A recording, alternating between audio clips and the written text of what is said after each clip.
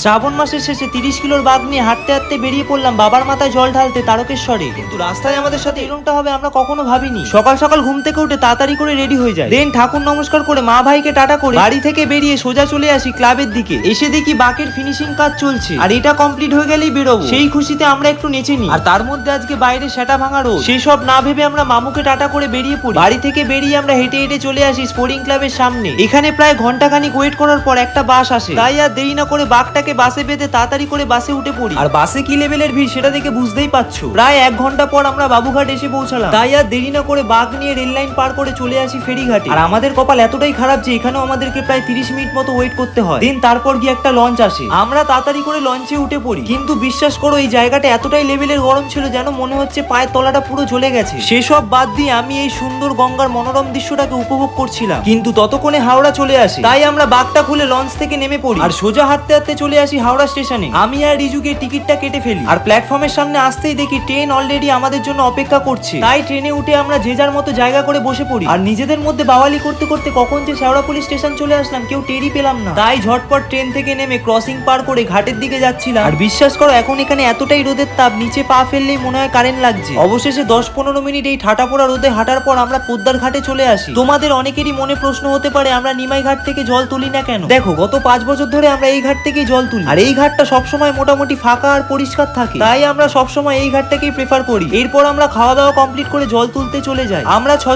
জন করে ভাগ হয়ে গেছি। প্রথমে এক সেট গিয়ে জল তুলবে, দেন আমরা গিয়ে জল তুলবো। অবশেষে আমাদের জল তোলা হয়ে যায়, তাই আমরা কলসির মুখগুলো মাটি দিয়ে জাম করে বাঘটাকে ফুল দিয়ে সাজাতে থাকি। মোটামুটি আমাদের সাজানো হয়ে যায়, আর বাঘের ফার্স্ট লুক কিছুটা এরকম লাগছিল। এরপর আমরা বাঘকে ভালোভাবে পুজো করে আমাদের যাত্রাটা শুরু করি। বন্ধুরা আজকের ভিডিওটা এইটুকুই, পুরো ভিডিওটা তোমরা নেক্সট পার্টে পেয়ে যাবে। আর হ্যাঁ, ভিডিওটা ভালো লেগে থাকলে ভিডিওটাকে লাইক করে পেজটা ফলো করতে ভুলবেন না। দেখা হচ্ছে নেক্সট ভিডিওতে। হর হর মহাদেব।